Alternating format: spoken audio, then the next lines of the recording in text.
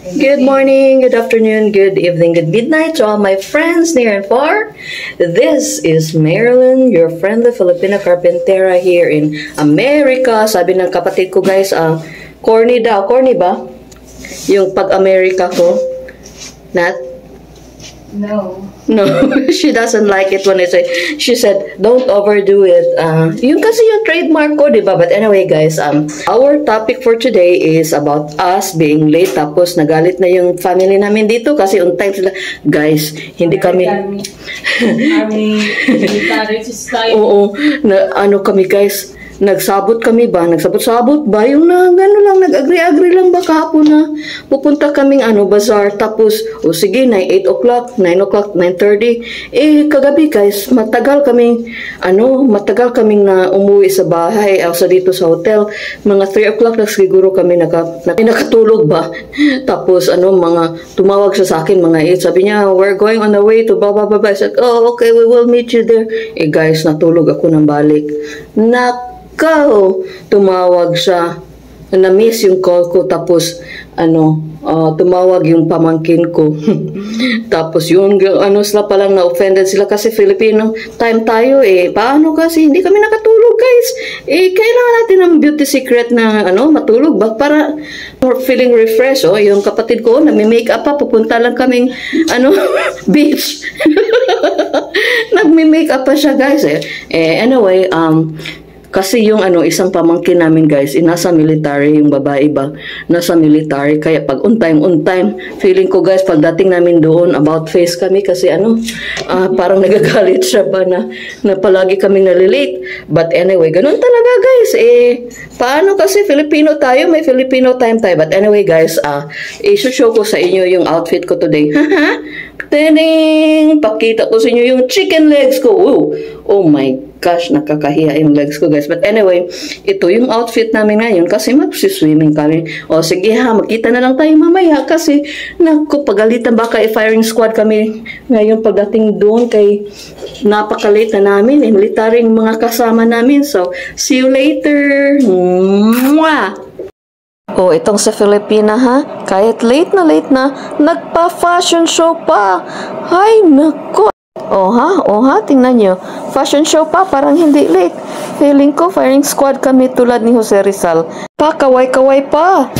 Yan, picture pa more, video pa more. Kaway naman dyan, kahit late.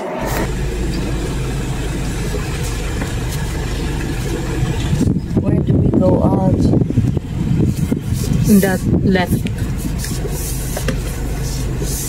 Guys, napaka-late na namin. Firing squad na talaga kami guys ngayon. Pagdating doon kasi yung mga pamangkin namin, mga military ba, nasa sila, nasa service. Shout out pala sa mga American military who are fighting for our freedom.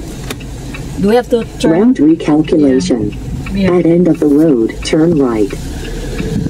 So, at the end of the road, turn right. Route recalculation. At end of the road, turn left. Turn left.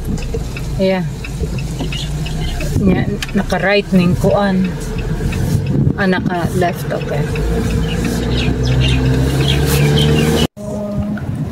Welcome to Hawaii. Anong pangalan ng beach na ito? What is this beach called? Ali'i. Ali'i. Guys, ang ganda talaga dito para din sa atin, parang sa Boracay ba. Tapos ordinary lang sa kanila yung mga beach dito. Tapos dumating kami dito super late. Tinexta nila kami na alis na daw sila pagka 3 o'clock. We only have like probably 35 minutes with them. Paano naman kasi na hindi kami naka... Where's your son? Oh, where's son? He has assignment to do. Oh, yeah. He's missing it out. Yes.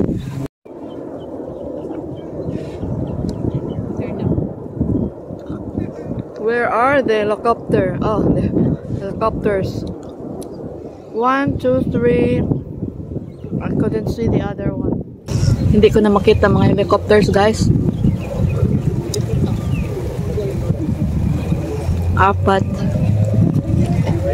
Apat yung helicopter na lumipad dito. I can get used to this. Wala ito sa amin, guys. My gosh. Mamimiss ko talaga. Parang nasa Philippines lang kami. At tingnan mo yung ano, wind farm nila. Ganda. And then here comes my family. Hindi ko lang pipicturan, bibidyohan kasi private yung mga Amerikano. Amerikano na ito, mga ito, kasi dito na sila pinanganak. So,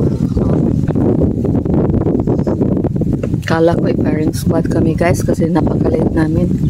Sabi ko, sorry talaga ha, kasi ano, blah blah blah blah. And then, sabi ko, gusto mong lumuhod ako. Saya mag-sorry. Sabi niya, it's okay. Ang bait, hindi kami pinagalitan. Kasi ano, yung pamangkin namin sila actually, kasi yung mama nila is half brother or half sister ko. So, yun. So, pamangkin namin sila, but mas younger kami sa kanila, but they still call us aunties and uncles. So, yun. Out of respect. Kain muna kami before maligo. Yan, pauwi na kami. Galing kaming beach. Ito oh, ang ganda talaga, parang Philippines. So iba itong beach na pinuntahan namin kahapon. Ngayon iba din. So in the coming days, iba na namang beach yung pupuntahan namin. But tomorrow it's going to be very busy kasi ilaga na namin sa resting place yung kapatid namin na pumayapa, yung ano niya, yung ashes niya. And this is the car. No, actually the jeepney na ano, rinintahan namin. Ang mahal-mahal, guys. Para ding ano, para ding pampiliti ng Pilipinas ba. But anyway, it's kind of fancy. Sabi ko naman sa tao na ano, oh, please give us the cheapest. Ito yung binigay niya. So while waiting for my sister, kasi nag-usap-usap pa sila sa telepono at saka picture-picture pa doon sa beach, mag-video din ako. Parang na-ignorante kami ba sa ano, sa dagat, kaya while we are still here, ligo-ligo muna kami ng dagat every single day. Kaya parang napagong na yung ano ko, mukha ko, pero di ba niya, enjoy naman ako eh. So I need to, like, time now is alas 5:21 na. So kailangan na namin na ano, umalis kasi we will drop by to another brother of mine. Guys, mga kapatid ko dito ay napakatanda na, para na ding lolo yung lolo namin. No, not lolo, but parents namin yung mga edad nila. Kasi matatanda na sila nung namatay yung mama nila, tapos bumalik sa Pilipinas yung papa ko at nag-asawang muli. So matanda na talaga yung papa ko. He was already 71 years old when I was born. So yun. Tapos yung papa ko is one of the first batches Filipino people who migrated to Hawaii in 1916. So yun, isa siya sa mga Pinoy na pumunta dito sa Hawaii, and he has, like, you know, established his life here. And then when his first wife died, yun, umuwi siya sa Pilipinas. Yung mga anak niya, mga malalaki na, mga 20 years old na, 30 years old na. So yan po yung mga kuya ko nung hindi pa kami pinanganak, at saka nasa military na sila. Yung iba nasa Navy, yung iba nasa Air Force, yung iba nasa Coast Guard, at yung bibisitahin namin ay si Manong Raymond, yung nasa pinaka-last sa right side na nasa baba. At ito naman yung batang picture ni Manong Arsenio, yung kapatid ko na namatay.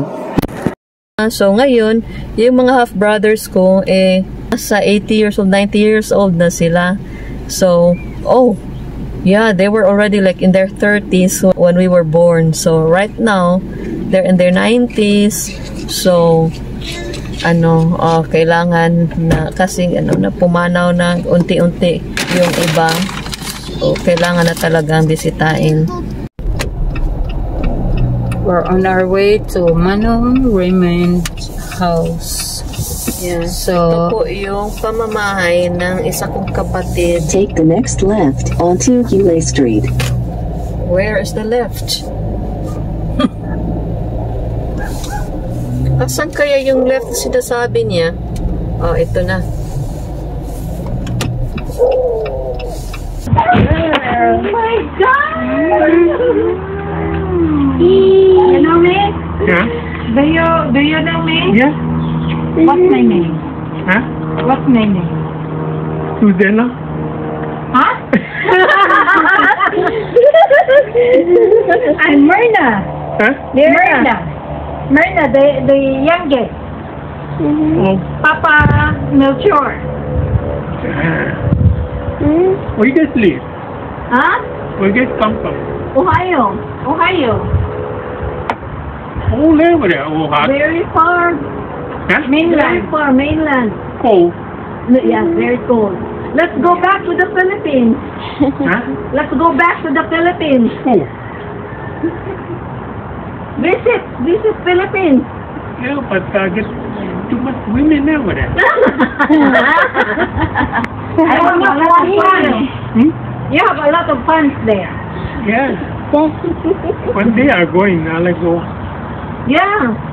Let's Yeah. go. There's no more bowling over there. Yeah, let's go.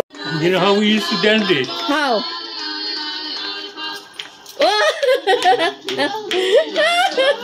Okay, we will follow.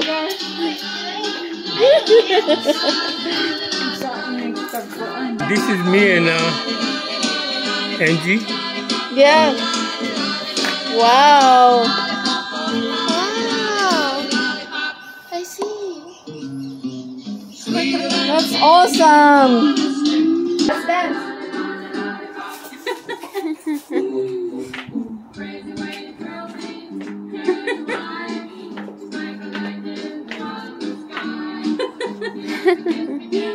Wow.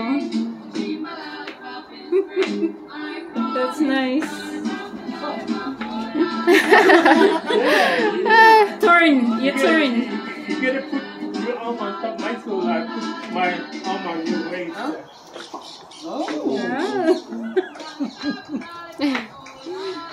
There you go.